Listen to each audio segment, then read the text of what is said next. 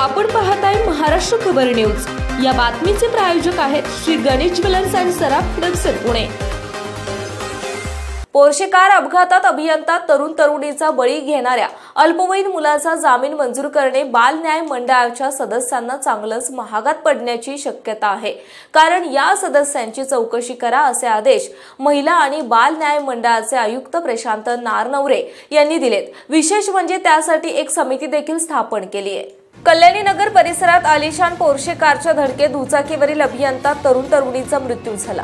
बांधकाम व्यावसायिकाचा अल्पवयीन बाळ मद्यपान करून ही कार चालवत होता। तरीही अपघातानंतर अवघ्या 15 तासांमध्ये आरोपीला बाल न्याय मंडळाने जामीन मंजूर केला। तसेच बाळाला 300 शब्दांचा निबंध लिहिण्याची शिक्षा सुनावली। त्यावर नागरिकांनी संताप व्यक्त केला होता।